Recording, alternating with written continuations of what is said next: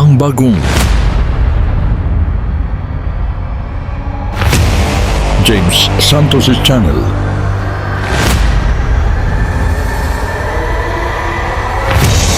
Bagong tema, bagong boses,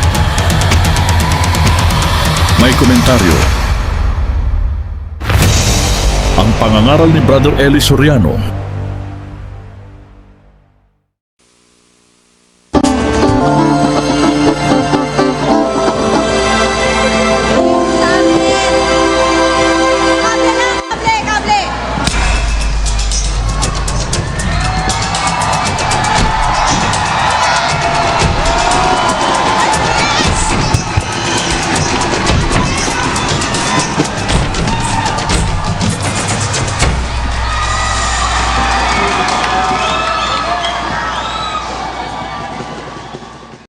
Ang mapapanood ninyo ay ang Itanong Mo Kay Soriano, Biblia ang sasagot.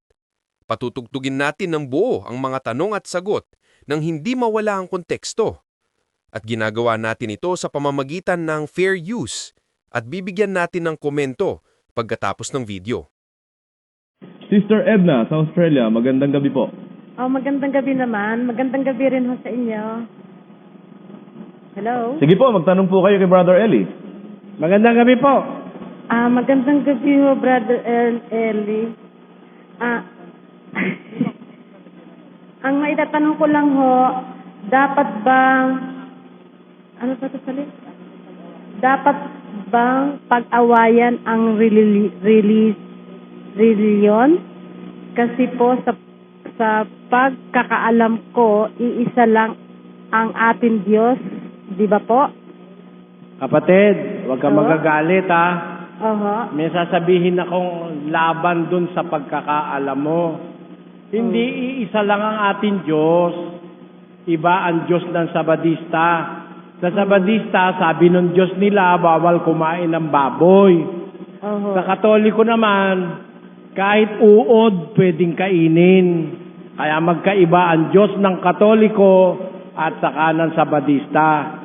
Sa Muslim, bawal naman sa kanila ang magsugal.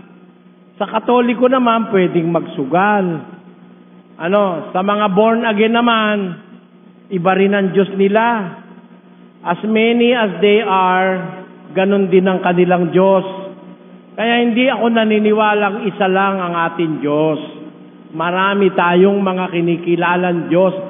Kanya-kanya ng Diyos ang tao. Ang katunayan, pakinggan mo sa Galatia 4:9. Babasahin natin ang ganito. Gayunman, ng panahong yaon, sa hindi ninyo pagkakilala sa Diyos, kay nasa pagkaalipin ng sa katutubo ay hindi mga Diyos. Ang sabi ni Pablo doon sa mga Christian sa Galatia, nung panahong yaon ng wika, nung nakaraan sa kanilang buhay, sa hindi ninyo pagkakilala sa Diyos, nasa ilalim kayo ng pagkaalipin ng mga sa katutubo ay hindi mga Diyos. Therefore, iba-iba ang kinikilala nilang mga Diyos dahil hindi nila kilala yung talagang Diyos na nasa langit. Ganon din ang mga taga-Atenas ng puntahan ni San Pablo sa 17 ng gawa ng mga apostol. Pakinggan mo. 22. At tumindig si Pablo sa gitna ng Areopago at sinabi, kayong mga lalaking taga-Atenas, sa lahat ng mga bagay, ay napapansin kong kayo'y lubhang relihiyoso. Bakit? Sapagkat sa aking pagdaraan at sa pagmamasid ng mga bagay na inyong sinasamba, ay nakasumpong din naman ako ng isang dambana na may sulat na ganito, sa isang Diyos na hindi kilala. Ayon, sabi ni Pablo sa Atenas, ito po'y sa Greece, nang nangangaral siya, nagdadaan siya sa kanilang, nakadaan siya ng isang dambana, may nakasulat, dedicated to an unknown God. Sinasamba ng mga taga-Atenas ang isang Diyos na hindi nila nakikilala. Kaya kapatid, maging sa Biblia, maging sa lohika, hindi ako makakapayag na may may isa lang tayong Diyos na sinasamba. Yung Diyos ng Iglesia ni Cristo ni Manalo, nasa langit daw. Pero ang kanyang anak, si Kristong tao. Yun naman Diyos ng mga born again, ang anak niya, siya rin. Ayun. Ang amin namang kinikilalang Diyos Ama, ang kanyang anak, si Kristo Jesus, Diyos. Hindi kami naniniwalang tao, yung Kristo. Yun ay nagkatawan tao. Kaya iba ang Diyos namin sa born again, iba ang Diyos ng born again sa Iglesia ni Manalo, iba naman lalo ang Diyos ng Katoliko. Kasi sa Katoliko, pati si Maria ginawan Diyos. Nasa kanilang aklat yan, ano? Babasahin ko rito sa kanilang aklat sandali. Pati si Maria ay tinatawag nilang Diyos. Eto po, sa kanilang aklat. Ito ay ang aklat na ang pamagat, ang aking Birheng Mariang tagapamagitan. Ang sabi nila kay Maria, sambahin ka at tuwin ay alalahanin sapagkat ikaw ang Diyos ng awa. O Birheng Mariang kabanal-banalan, lunas at kaaliwan, sinasamba ka namin at pinangangayupaypaan ang aking mga kapatid at ang kapwa ko tao na iyong mga nilikha. Mahabag ka, inako, dito sa iyo na nagnanasang ikaw ay sambahin, igalang at purihin ng buong pag-ibig sa lahat ng bagay. Sapagkat Diyos kang maawain at makapangyarihan sa lahat. Yan po'y nasa pahina 63 nitong librong Katolikong ang aking Birheng Mariang tagapamagitan. Kaya sa Katoliko, pati si Maria, Diyos din. Ewan ko sa mga bisita nating Katoliko ngayon, mahigit silang 1,000 dito sa ADD Convention Center. Kung narinig na nila yun sa pare, na si Maria Diyos din. Yung iba kasing kausap kong Katoliko, hindi ko. Hindi namin sinasamba si Maria. Hindi. Tinatanggi nyo pa, may libro nga ako eh. Huwag kayong matigas ang ulo. Maiimpirno kayo pag ayaw kayong tumanggap ng totoo. Nakasulat yun sa libro nyo. Si Maria daw Diyos, makapangyarihan pa sa lahat. Tanyo? Kaya iba-iba po ang dinidiyos ng mga tao. Ako po'y nag-aral ng relihiyon. Siguro, hindi man ako pangunahin, hindi naman akong pangatlo sa mga nagsuri ng relihiyon sa bansang ito. At naipon ko ang mga ebidensya ng iba't ibang relihiyon para patunayan ko sa inyo na ang relihiyon ang aking paboritong subject. Hindi ako nagtatanong pagdating sa relihiyon, mga kapatid.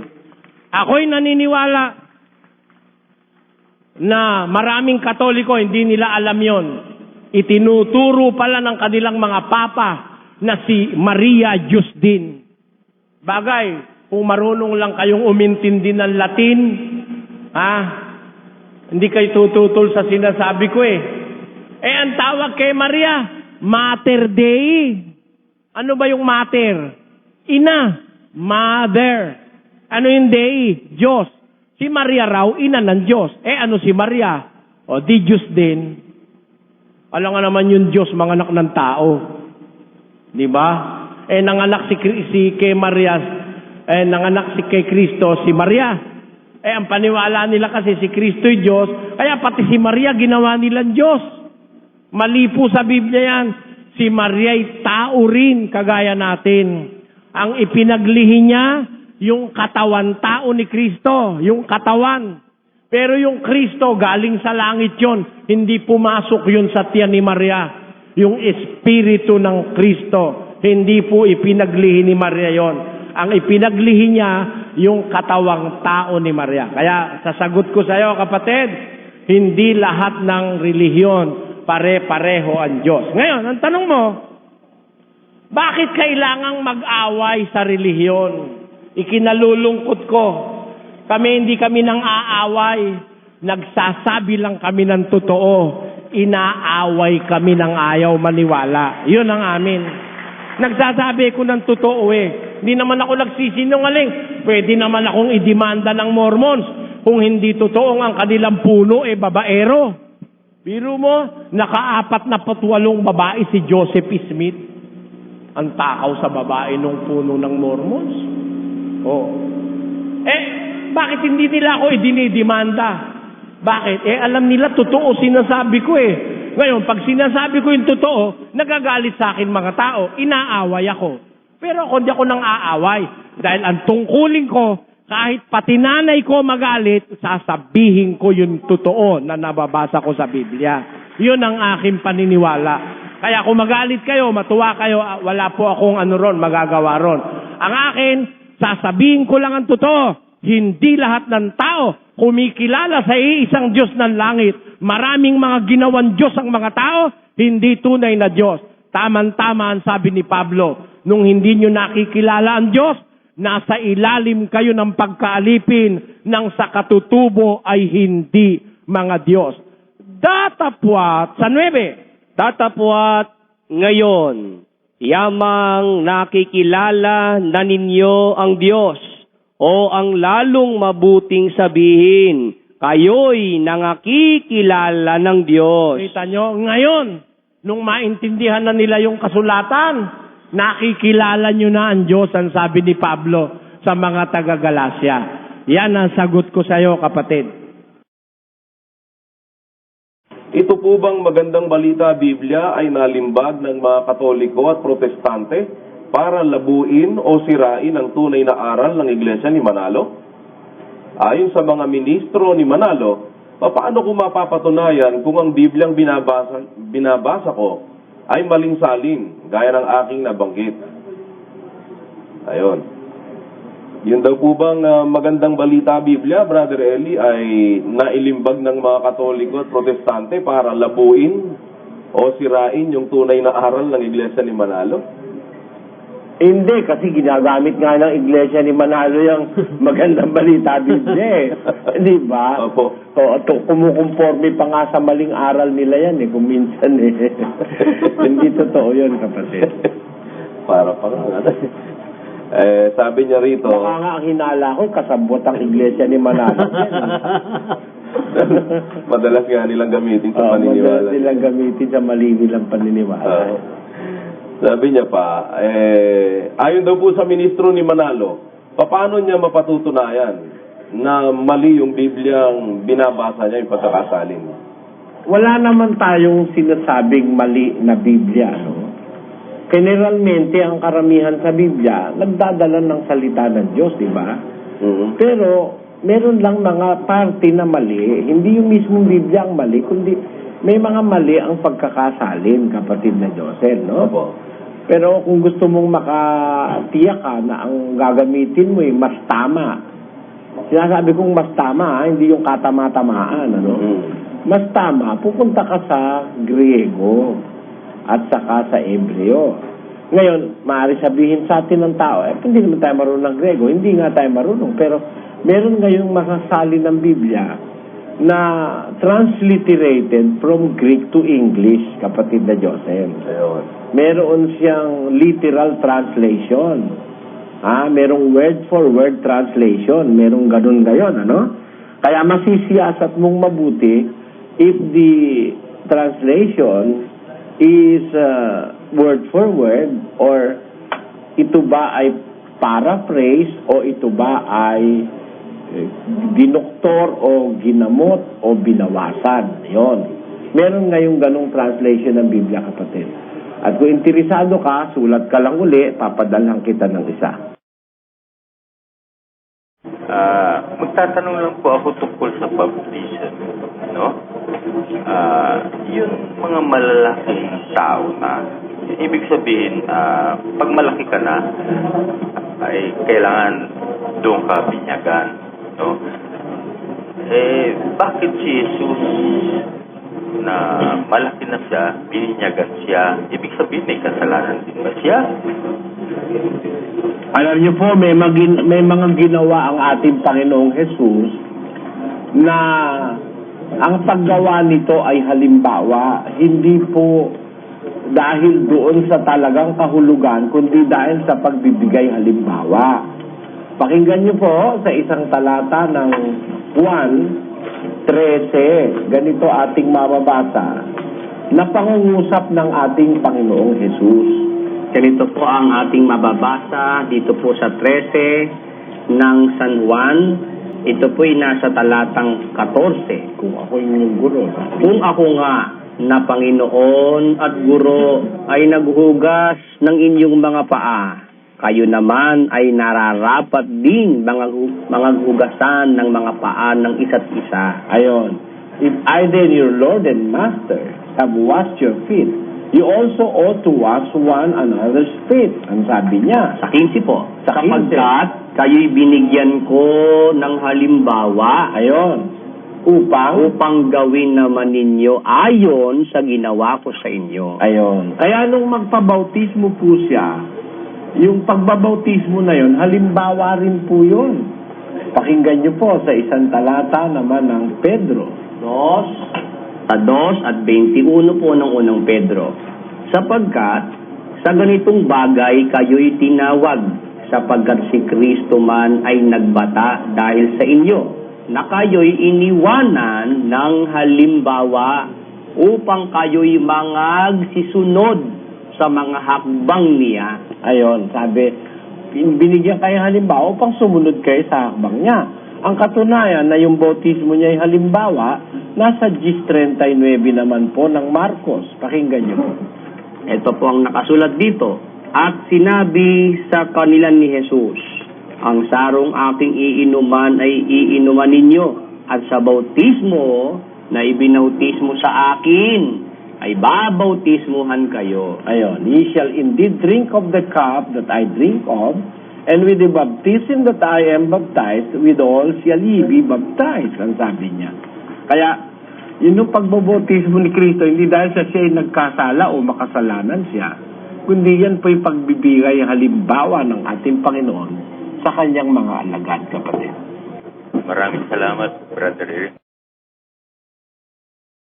Brother Eli, hindi naman tanong to, no? Kasi tawag dito, ako lumaki rin sa, sa Catholic, no? Ngayon, nag-aaral ako sa Catholic school. Totoo yung mga sinasabi ninyo, matagal na ako nakikinig sa inyo, na ang Biblia, pinagbabawal ng mga pari magbasa ang mga Katoliko ng Biblia. Sa totoo lang, ang pinababasa nila sa amin, yung mga, Katekismo. yun, mga ganun lang. At saka yung mga, tawag dito, yung mga Moses na, ganun lang, na yung mga kwento ng Biblia na pangyayari, kagaya kina, hindi ko na kasi matanda na rin ako, Brother Eli, no? Yun lang may sasabi ko. Mali pala, no? Matagal na ako nakikinig sa iyo. Maraming salamat po. Salamat po, salamat po. Talaga pong hindi naman nila ini-encourage ang member magbasa ng Biblia. Ang katunayan, yung mga nuns, may kaibigan ako alam mo kapatid na Joseph, nung araw, ako yung siguro, mga 11 or 10 years old ako noon. Meron kaming katulong na Bisaya siya. Isang napakabait na tao, yung katulong namin. Maliliit pa kami noon Ang pangalan niya Isko. Ngayon, meron pala siyang kapatid na madre. No? One time, lumuwas yung kapatid niyang madre from Negros. Lumuwas sa Manila. Kumusta sa amin yung kapatid niya na si Isko, dun sa amin tumulo yung madre. Yung madre may mga binabasa, gabi-gabi nagbabasa. Tinanong ko, tinignan ko. Ang binabasa niya, daily misal, mga kasaysayan ni Maria, mga kasaysayan. Ba't ako wala kayong Biblia? Ay, sabi niyang ganun, hindi mo maiintindihan niyang Biblia, sabi niya. Kaya kami, binabasa namin ito. Bino mo, madre na ha, hindi ini-encourage magbasa ng Biblia kung ano ang pinagbababasa. Yung aking tiyahin na dagis pisamban. Brother Josel, alam mo ba yon? Ano po yun? Yung dagis pisamban. Ano po ang ibig sabihin? Yung daga ng simbahan, tawag ng mga... Doon na halos tumitira. Oo, yung halos doon nakatira sa simbahan. Ang sabi ng... Yung tiyahin ko na yun, dagis pisamban yun. Tignan mo yung kanyang laman ng mga bulso, yung yung bag niya. Makikita mong katakot-takot, kapatid na Dani, na katakot-takot na mga librong binabasa. Puro mga walang Biblia kahit isa. May mga devotion to Mary, may mga daily misal, may mga daily, mga kung ano-ano. May mga daily pa, pero hindi siya talaga Biblia, kapatid na Dani. Opo. Ganun yun. Tatanong ko dapat lahat ba ng sinabi ng Panginoong Kristo dapat nating paniwalaan? Hello? Sige po. Dapat nating paniwalaan ba lahat ng sinabi ng Panginoong Kristo? Lahat ng sinabi ng ating Panginoong Kristo kung dapat paniwalaan, kapatid? Oo. Ang sagot po ng Biblia dyan, di naman po kasing mga salitang sinasalita ng ating Panginoong Kristo. Sinabi po niya sa 12:49 ng San Juan ng ganito, sapagkat ako'y hindi nagsasalita na mula sa aking sarili, kundi ang Ama na sa akin ay nagsugo, ay siyang nagbigay sa akin ng utos kung ano ang dapat kong sabihin at kung ano ang dapat kong salitain. Kaya dito makikita natin, kapatid, yung mga salitang sinasalita ng ating Panginoong Kristo, yun ay salita ng Diyos Ama na ibinigay sa Kanya para niya sabihin sa ating mga tao. Kaya kapag pinaniwalaan mo yung sinabi ng ating Panginoong Kristo, tinanggap mo yung Kanyang salita, ang tinatanggap mo yung salita ng Diyos Ama, kapatid. Dapat nga nating paniwalaan. Kung tayo po'y naniniwala sa Diyos Ama, dapat nating paniwalaan yung mga sinasalita ng ating Panginoong Kristo. Kahit nung sabihin niyang siya'y tao. Ay, kapatid, sinabi ho ba ni Kristo siya'y tao? Oo, yung sabi niya ako'y tao. Meron po sinabing ako'y tao doon? yung ako. Wala kapatid, walang ako'y tao. Hindi, taon ako. Isang taon. Wala, babasahin natin para wag ka-confuse Pakibasa. sa 8:40 ng Juan. Yun. Ito po yung talata na yung kapatid. Tatapat ngayon, pinagsisikapan ninyo akong patayin na taong sa inyo'y nagsaysay ng katotohanan. Tayo ha? Ang sabi niya, pinagsisikapan ninyo akong patayin na taong sa inyo'y nagsasaysay ng katotohanan.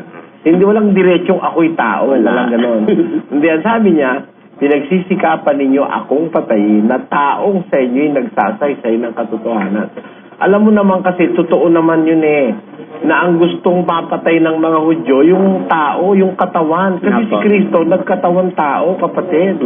At ang pinapatay ng mga Hudyo, yung kanyang katawan.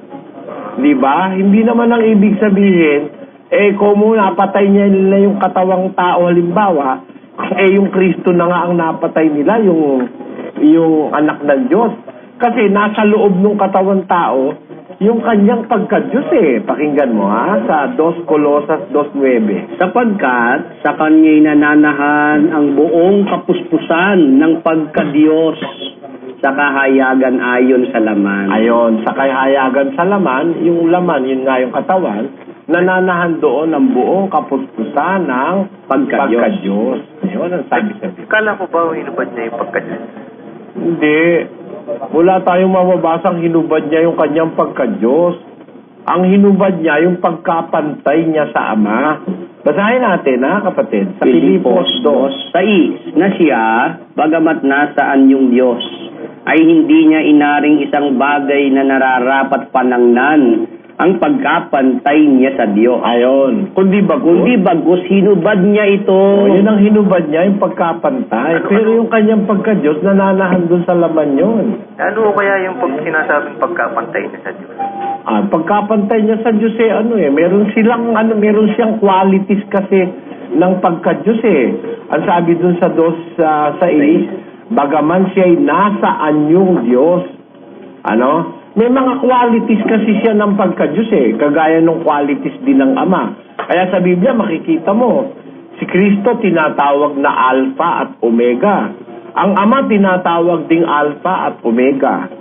Si Kristo tinatawag na ilaw, ang Ama tinatawag ding Ama ng mga ilaw sa Santiago 1:17. Meron siyang mga qualities, pero nung siya'y magkatawan tao, inalis niya yung qualities na yon. He thought it not a robbery to be equal with God, but he humbled himself.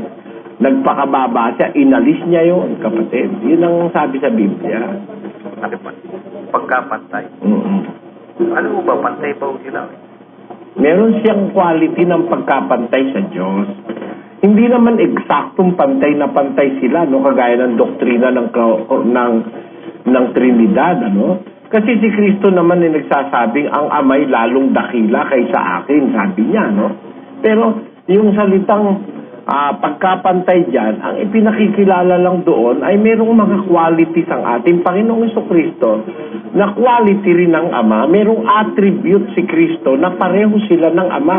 Pero nung magkatawan tao siya, nahubad yun Ang katunayan nga, nagpakababa siya, naging mababa pa siya sa mga anghel nung siya'y mamatay sa katawan. Sinasabi yan sa Hebreo, kapatid na rin. Ito po ang ating mababasa dito po sa 2 ng aklat ng Hebreo sa talatang 9. Kundi nakikita natin ang ginawang mababa ng kaunti kaysa mga anghel, sa makatuwid ay si Jesus. Ayon, sabi, naging ginawa pa siyang mababa kaysa mga anghel, kapatid na rin.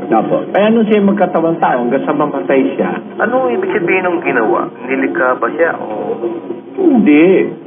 O existing na siya nun Ginawa lang siyang mababa sa mga...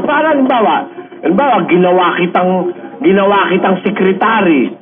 Ibig ba sabihin nung ka lang ginawa, nung ka lang nilikha? Hindi naman yung salitang ginawa nung ka lang umiral Umiiral na siya. Gaya sa halimbawa, ginawa siyang Panginoon at Kristo. O diba, sa 2 ng gawa. Pakibasa mo nga, Brother Willie. 2:36 ng gawa. Pakatalastasin nga ng buong angkan ni Israel na ginawa ng Diyos na Panginoon at Kristo. Itong si Jesus na inyong ipinako sa krus. Ayon, ginawa siyang Panginoon at Kristo. Ibig sabihin, umiiral na siya, kaya lang ginawa siyang Panginoon. Yun ay ibig sabihin. Dito, pero sa kabila kasi ang nakasulat, ginawa kitang mababa ng kaunti sa mga... Hindi ganun hindi ginawa kita, kundi walang ganun ang ginawa kita, kapatid. Di ba basahin natin uli, Ito po ang nakalagay sa 2 ng Hebreo, ginawang mababa. 2:9. Kundi nakikita natin ang ginawang mababa ng kaunti kaysa mga anghel. Ito, Sa makatwid bagay, sa makatuwid ay si Jesus. Ayon, si Jesus, ginawang mababa ang kaunti kaysa mga anghel dahil sa pagbabata ng kamatayan. Ayon. Kasi ang anghel hindi namamatay Walang kamatayan siya, namatay siya sa kanyang katawan tao. Kaya ginawa siyang mababa pa ng kaunti kaysa sa mga anghel. Kasi sa kaninang binasa, ginawang Panginoon at Kristo. Dito naman, ginawang mababa ng kaunti kaysa mga anghel. O di ibig sabihin, sa kabila katungkulan, mas mataas siya sa mga anghel kasi Panginoon at Kristo. Dito sa kabila, hindi mababa ng konti sa mga anghel. Ibig sabihin, hindi tinutukoy doon yung patungkulan. Alin? Yung tinutukoy sa isang talata, yung mababa ng kaunti. Wala naman tayong pinag-uusapang katungkulan Pinag-uusapan natin yung tinatanong mo salitang ginawa. Sabi mo nilikha. Hindi nilikha ang kahulugan doon. Hindi ko kaya sa pagiging tao yun. Hindi. Yung sinasabing ginawang mas kasi mababa. Kasi mababa ng konti ang tao talaga kaysa mga Kapatid, salamat po. At kasi hindi ko tayo magkakaintindihan dahil hindi ko makatapos-tapos si Brother Eli sa kanyang pagsagot dahil sabay kayo ng sabay. Hindi, sige. Tuloy. Yun nga po, kung kayo umiintindi lang, ang sinasabi po ni Brother Eli, Ito pong nasa Biblia. Ngayon, kung ayaw niyo pong paniwalaan, nasa inyo na po yan. Sige, Brother Danny, next na tayo. Brother Danny, ibig mong sabihin, saan dapat maganap yung pagbibinyag o pagbabautismo? Oo, correct. Sa dami ngayon ng relihiyong nagsasagawa niyan eh. Lahat ba sila may karapatan o mayroon lamang particular na dapat nating puntahang lugar kung saan tayo nararapat na tumupad ng utos na ito ng Diyos na tayo ay magpabinyag o magpabautismo? Ay, siyempre, iisa lang naman ang prinsipyo ng Biblia. Alam mo, ang Biblia, disiplinado ang aral ng Biblia sa isang orderly way. At ang sinasabi kong orderly is doing the right thing in the right place and in the right time. Yan. Pagsasakatuparan ng isang bagay sa tamang panahon at sa tamang lugar. Ang katunayang mayroong tamang panahon ay yung sinabi doon sa 22:16 ng Gawa. Ito po ang nakasulat doon. At ngayon, bakit ka tumitigil? Magtindig ka at ikaw ay magbautismo at hugasan mo ang iyong mga kasalanan na tumatawag sa kanyang pangalan. Yan, merong tamang panahon eh.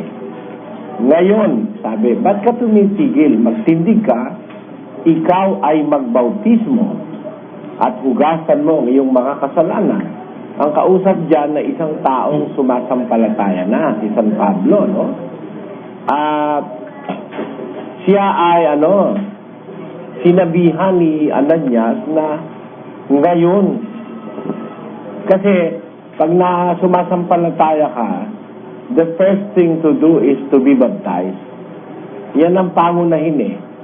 Gaya nung magtanong si San Pedro, o magtanong kay San Pedro yung mga taong nakarinig ng aral, ang itinanong, mga kapatid na lalaki, anong gagawin namin sa Gawa 2:37?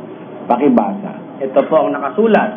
Nang marinig nga nila ito ay nangasaktan ang kanilang puso at sinabi kay Pedro at sa ibang mga apostol, mga kapatid, anong gagawin namin? Ano ang sagot ng mga apostol? At sinabi sa kanila ni Pedro, mangagsisi kayo at mangagbautismo ang bawat isa sa inyo sa pangalan ni Jesucristo sa ikapagpapatawad ng inyong mga kasalanan at tatanggapin ninyo ang kaloob ng Espiritu Santo. Yan, maliwanag na maliwanag yan merong right time, sabi ni San Pedro. Magsisi kayo, magbautismo ang bawat isa sa inyo. Sinabi yan ni Pedro nung makita niyang sumasampalataya na itong mga nakapakinig na ito. Kaya po, ang bautismo ay dumadating at the right time. Yan pagkatapos na ang tao ay makasampalataya, unang-unang sinasabi agad yung bautismo, kapatid na Dani. Pag sumampalataya ka na. Ang pananampalataya, nanggagaling yan sa pakikinig. Ang sabi sa 10 ng Roma, ang pananampalataya nanggagaling sa pakikinig at ang pakikinig ay sa pamamagitan ng salita ni Kristo, sabi ng Biblia. 17 po yan ng Roma. Ang nakasulat po, ito po ang nakasulat po sa talata. Kaya nga ang pananampalataya ay nanggagaling sa pakikinig. At ang pakikinig ay sa pamamagitan ng salita ni Kristo. Ayun. Maliwanag yan na ang paniniwala galing sa pakikinig. Kaya, ang bautismo dumadating yan immediately pagka nagkapananampalataya ang tao. Pero bago magpananampalataya, makikinig muna yan. Kaya yung bata, hindi pwedeng bautismo dahil hindi pa naman nakakapakinig yun, hindi pa sumasampalataya. Kaya ang bautismo ginagawa sa proper time, and the most fit, ang pinakataman-tama na tiempo ay ang pagkatapos na ang tao ay sumampalataya pagka nakapakinig. Saan naman dapat gawin yan? On the proper place, siyempre.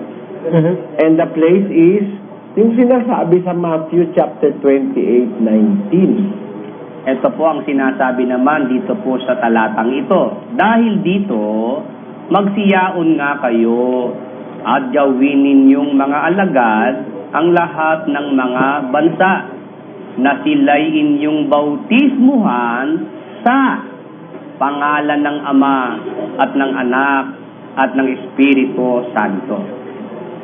Ayan, maliwanag diyan, kapatid na Dani, no? Ang lugar, bautismuhan sa pangalan ng Ama. O edi ang bautismo magaganap sa pangalan ng Ama, ng Anak at saka ng Espiritu Santo. Nagtuturo yan ng lugar kapatid na Dani. Alam mo kung titignan mo yan sa Greek, yung nakasulat dyan na preposition na sa. Yung sa preposition yan It denotes a place. Miski doon sa Greek Bible na maaari nating mabasa, nagpapakita na yan ay na lugar ang tinutukoy dyan ng kasulatan. Ang lugar ng pagbabautismuhan ay nandun sa jurisdiction ng pangalan ng Ama, ng Anak at ng Espiritu Santo. Kasi yung pangalan, pagka sinasabi sa Biblia yan, alam ng mga nag-aaral ng alam ng mga bumabasa ng Biblia noon, na yung pangalan, may lugar yan Pakinggan nyo babasahin natin sa 12 ng Deuteronomy. Sa talatang 5, ito po ang sabi po ng banal na kasulatan at nakasulat po sa ating mga TV screen. Kundi, sa dakong pipiliin ng Panginoon ninyong Diyos sa lahat ng inyong mga lipi na paglalagyan ng Kanyang pangalan sa makapitbagay sa Kanyang tahanan ay inyong hahanapin at doon kayo paroroon. Ayun, maliwanag yan, Yung pangalan ng Diyos, merong nilagyan yun At yun ay ang Kanyang tahanan. May lugar talaga. Doon nyo hahanapin, doon kayo paparoon. Kaya meron lugar yung pangalan. Ang katunayan, sinabi mismo ng Diyos, yung pangalan niya, meron siyang piniling lugar para paglagyan nun sa isang talata ng Deuteronomy.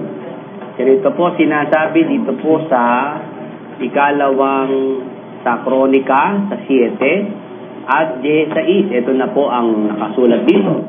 Sapagkat ngayon ay aking pinili at itinalaga ang bahay na ito upang ang aking pangalan ay dumuon magpakailanman. Ayun, ang sabi, ang pangalan ng Diyos, meron siyang pinaglagyang dako. At ito ang wika, ang aking bahay. At sabi, dito itinilaga ko ang bahay na ito upang ang pangalan ko'y dumuon magpakailanman. Kaya, yung pangalan ng Diyos, kapatid na Diyos, kapatid na Willie, mayroong pinaglagyang lugar, yung bahay ng Diyos. At sa Biblia, yung bahay ng Diyos, yan ang tinatawag na iglesia. Pakinggan niyo po sa unang Timoteo 3:15. Ngunit kung ako'y magluwat ng mahabang panahon, ay upang maalaman mo kung paano ang dapat sa mga tao na ugaliin nila sa bahay ng Diyos, na siyang iglesia ng Diyos na buhay at haligi at saligan ng katotohanan. Yan po ang bahay ng Diyos na sinasabi po sa panahon ng Bagong Tipan, Brother Joseph, Brother Danny. Ang bahay ng Diyos, yan ang iglesia ng Diyos. Kung saan, diyan dapat maganap yung bautismo, Brother Danny. Dahil nandyan yung pangalan ng Diyos, di ba, Brother Danny? Nandyan. Kaya, yun pa yung palang lugar na kung saan ang tao'y dapat na tumanggap ng bautismo po, Brother Eli. Hindi po pala kahit sino pwedeng magsagawa niyan. Kailangan po pala isagawa ito sa jurisdiction na kung saan nandun yung tatlo at yun po ang bahay ng Diyos na siyang iglesia ng Diyos. Kaya hindi kahit saan ka pwedeng magbautismo. Ayun. Yun ang simpleng kahulugan nun. But we have to, of course, search it from the scriptures para maintindihan natin na talagang hindi ba kahit saan ginagawa yung pangalan. Yung bautismo, katunayan dito sa Greek Bible, ang sabi rito, pag gumagawa ng alagad, ang sabi rito, baptizing them into the name of the Father.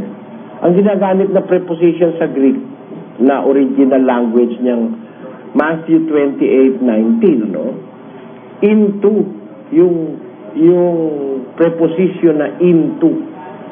At ito sa kahulugan niya, sa Grego, ay it's a primary preposition indicating the point reached or entered of place.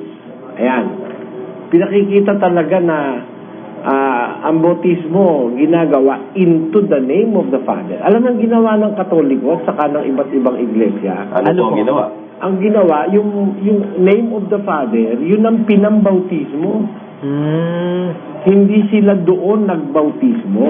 Ang utos kasi, bautismuhan sa, baptizing them into the name of the Father. Ibig sabihin, hahanapin mo yung name of the Father where it is, what is that jurisdiction, then, pag nakita mo doon ka magsasagawa ng baptism. Therefore, you will be baptized in the name or into the name of the Father and the Son and the Holy Spirit. Ang ginawa ng Katoliko, yung name of the Father ang ipinang-baptize. Para maintindihan siguro, halimbawa, sinabi, sumulat ka sa ibabaw ng mesa o sa lamesa. Opo. Therefore, yung pagsulat, gagawin mo yon sa lamesa. Ay, ang ginawa ng iba, yung lamesa ang ipinanulat. Awkward, Opo. Dapat maganap yung pagsusulat sa ibabaw ng lamesa. Ang ginawa nila, yung lamesa ay pinanulat nila. Ganon ang ginawa ng paring Katoliko at ng iba't ibang mga relihiyon. Na, imbis isagawa yung bautismo sa pangalan ng Ama, ang ginawa nila, ang ipinambautismo yung pangalan ng Ama. Ayun. At ng Anak at ng Espiritu Santo. Para po, Brother Eling, yung sa pinalitan ng nang. Kasi yung sa dako. Oo. Yung pinalitan nila lang nang. Kaya lumabas, binabautismo nila yung ng pangalan ng Ama, ng Anak at ng Espiritu Santo. Naging nang. Opo. Samantalang nakalagay sa Biblia, sa. Kung asaan yung pangalan ng Ama, doon ka magbabautismo. At yung pangalan ng Ama, ng Anak at ng Espiritu Santo, nasa iglesia yon ng Biblia. Ayun. Iglesia ng Diyos yun, kapatid na Diyos. Pero Brother Eli, masundot ko na lang po. Ang dami po, Brother Eli, nag-aakang sila daw ang iglesia ng Diyos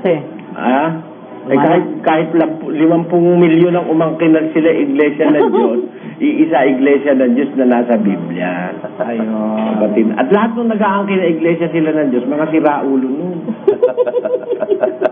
Bakit? Hindi, para ba Di ba naman siraulo nun iglesia ng Diyos nasa Biblia. Di ba? Nasa Biblia wala. Nasa Biblia. Kailan sinulat sa Biblia iglesia ng Diyos? 1st century AD? Tapos kinopya mo, nilagay mo sa sect, tapos nilagay mo ikaw tagapangasiwa.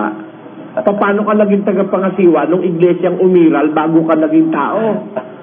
Malibang sira ang ulo mo. Ayun. Brother Eli, magandang gabi po. Gandang gabi po. Dati po akong Katoliko, tapos marami po akong kamag-anak na iba't ibang dalang reliyon. Pero hindi nila ako naikaya at hanggang sa natagpuan ko kayo. Brother Eli, yung maganda po kasi ang turo nyo dito. Ang tanong ko po, Brother Eli, nilikha po sina Eva at Adan ng Diyos sa pamamagitan ng alabok, kay laman at dugo, sa madaling salita po yung katawang nasisira. Kung buhay na walang hanggan ang nais sa atin ng Diyos at gumawa ng mabuti, bakit nilikha ang tao na may taglay na katawang nasisira? Samantalang ayon sa turo sa Biblia, ang katawang espiritu ang may buhay na walang hanggan. Hindi ko masyadong nakuha yung tanong mo, kapatid. Sabi mo, gusto ng Diyos na tayo ay gumawa ng mabuti. Opo. Ang tanong mo, bakit niya tayo ginawa na may katawang nasisira? Opo. Kasi ganito, no? Ang tao may posibilidad na sumama. Tandaan mo. Kaya, binigyan ka ng isang temporaryong katawan para kung makagawa ng masama at masira yung katawan mo, pwedeng i-repair, papalitan ng isang bagong katawan. Kung yung katawang eternal na binigay sa'yo, tapos naputol ang paa mo dahil ikaw matigas ang bungo mo, dala-dala mo sa buhay na wala hanggan, iika-ika ka ron dahil putol yung paa mo. Ang katalagahan ng Diyos sa Biblia, ganito, nasa unang Korinto 15 at 40, 39, bahala ka na dyan. Hindi ang lahat ng laman ay magkasing isang laman. 39 yan, ano? Apo. 40 mo. Mayroon namang mga katawang ukol sa langit at mga katawang ukol sa lupa. Iba. Datapwat iba ang kaluwalhatian ng ukol sa langit at iba ang ukol sa lupa. Ayon, meron ang wikang katawang ukol sa langit, merong katawang ukol sa lupa. Ganun pala ang katalagahan ng Diyos. Binigyan ka muna ng katawang para sa lupa kasi dito ka kasi titira sa lupa Pag nagtagumpay ka, naligtas ka, bibigyan ka naman niya ng katawang ukol sa langit pag dadalhin ka niya na sa langit. Pakinggan mo, kung paanong tinaglay natin, basa, diyan din, kasunod. At kung paanong tinaglay natin ang larawang ukol sa lupa, ay tataglayin din naman natin ang larawang ukol sa langit. Ayon, kung paanong nagkaroon tayo ng larawang ukol sa lupa, magkakaroon din tayo ng larawang ukol sa langit, yung kalagayang ukol sa langit. Bakit? Narito, sinasaysay ko sa inyo ang isang hiwaga. Hindi tayong lahat ay mga tutulog, ngunit tayong lahat ay babaguhin. Sa isang sandali, sa isang kisap mata, sa huling pagtunog ng pakakak, sapagkat tutunog ang pakakak, at ang mga patay ay mga bubuhay na mag-uli na walang kasiraan, at tayo'y babaguhin. Sapagkat kinakailangan na itong may kasiraan ay magbihis ng walang kasiraan, at itong may kamatayan ay magbihis ng walang kamatayan. Tatapwat, pagka itong may kasiraan ay mabihisan ng walang kasiraan, at itong may kamatayan ay mabihisan ng walang kamatayan. Kung magkagayon, ay mangyayari ang wikang nasusulat, nilamon ng pagtatagumpay ang kamatayan. Ayon, sabi ni San Pablo, kung paano nagkaroon tayo ng katawang ukol sa lupa, bibigyan naman pala tayo ng Diyos ng larawang ukol sa langit. Sapagkat, narito ang wika, sinasaysay ko sa inyo ang isang hiwaga. This is a mystery. Anong sabi doon? I shew you a mystery.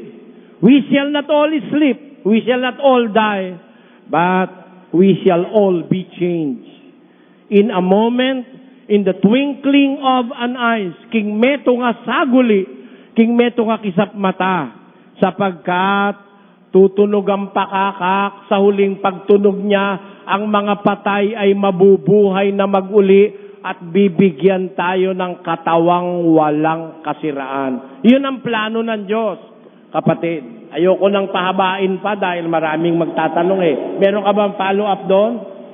Kasi po, dapat po ginawa na lang po tayo ng Diyos na Espiritu. Kasi yung Espiritu... Alam mo, masama yung ginagawa mo na yan. Bata ka pa, iho. Marunong ka pa sa Diyos. Yun na nga ang ginawa niya. Sabihin mo, dapat. Meron pa bang nakakaalam ng mas dapat kaysa sa Diyos? Masama yung ginagawa mo. Parang tinututulan mo ang Diyos. Hypothetical yan sa'yo. Tinan mo yung ilong mo. Yan ang pinakamabuting lugar ng ilong mo sa pagitan ng iyong dalawang mata at sa itaas ng iyong bibig. Kung yung ilong inilagay sa tabi sa puwet, lagi kang mababahuan doon. O, tamo? Kaya yung ginawa ng Diyos, yun ang pinakamabuti sa lahat. Huwag mo nang kukwestiyonin yun. Masama yung ginagawa mo, kapatid. Sige, pag umulit ka pa, pagagalitan na kita. Kung kamag-anak lang kita, papadapain kita, paluin kita eh. Alam mo, masama yun. Yung ginawa ng Diyos, huwag natin tututulan. Unawain natin. Bakit niya ba tayo ginawa ang ating mata? Merong limit. Ang mata ng tao may limite. Meron siyang restrain, may restriction. Nakikita ko yung nandito, hindi ko na nakikita yung nandun. Di ba? O, pagtingin ko sa kamay ko, okay lang. Pero, tingnan mo, pumunta ka sa microscope, lagay mo yung kamay mo, maraming gagalaw-galaw na mga uod. Di ba? Ano ibig sabihin? Kung ginawa ng Diyos yung mata mo, kasing liwanag ng microscope, matatakot ka ng kumain. At hindi ka na makikipagkamay. Bakit? Maraming mikrobyo yung mga kamay-kamay ng mga tao, di ba? Kung hindi mo nakikita, nakikipagkamay ka, di ba? O, kasi, kung yung mata mo na parang magnifying glass, lahat ng mikrobyo makikita mo, mangangani-ngani ka ng kumain. Kaya nilagyan niya ng limit yung mata mo. Ganon din yung pandinig mo. Kung lahat ng chismisan sa mundo, pati yung 10 milya layo, maririnig mo. Hindi ka na makakatulog. Kaya nilagyan niya ng limit yung tenga mo. Huwag kang ku-question sa Diyos. Aalamin mo ang dahilan. Diyos, bakit po ako nilagyan mo ng kalimot? Nakalimot ka.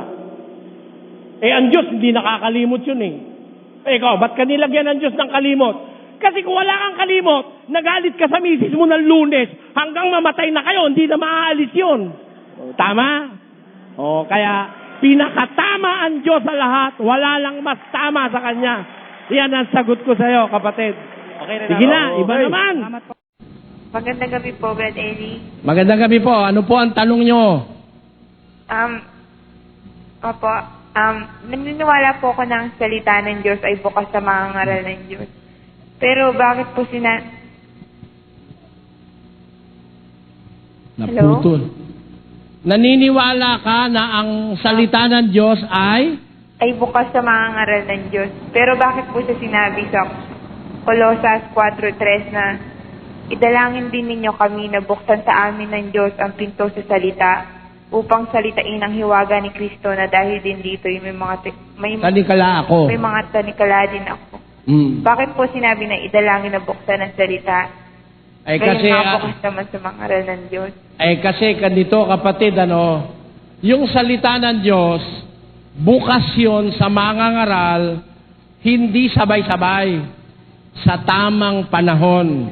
Tandaan mo, there is a right time for every good thing to happen. Hindi sa isang iglap, alam na lahat. Mga apostol nga, kasama na nga si Kristo Meron pang hindi naiintindihan Pakinggan mo sa 13 ng Juan, ganito ating mababasa. 13, San Juan, talatang 6. Sa gayoy, lumapit siya kay Simon Pedro. Sinabi niya sa kanya, Panginoon, huhugasan mo baga ang aking mga paa? Sumagot si Jesus at sa kanya'y sinabi, ang ginagawa ko'y hindi mo nalalaman ngayon. Tatapwat, mauunawa mo pagkatapos. Kita mo, nung maghuhugas na ng paa si Kristo, kasi kung makikita mo sa Biblia, nung sila'y magsanta sena, hinugasan ni Kristo ang paa ng 12 apostol. Nung pumunta na siya kay Pedro, huhugasan niya na, sabi ni Pedro, Panginoon, hugasan mo ba pa ako? Nahihiya si Pedro sumagot ang ating Panginoong Jesus kay Pedro, Pedro, ang ginagawa ko ngayon, hindi mo nauunawa, pero pagkatapos, mauunawaan mo rin. Kaya hindi agad-agad, alam na agad ng mga ngaral, kahit apostol pa, hindi agad-agad naintindihan na nila. Merong mga panahon na nararapat mabuksan ang isang salita. Kaya nga, ang sabi ng Diyos kay Pedro, ibinibigay ko sa iyo ang mga susi ng kaharian ng langit.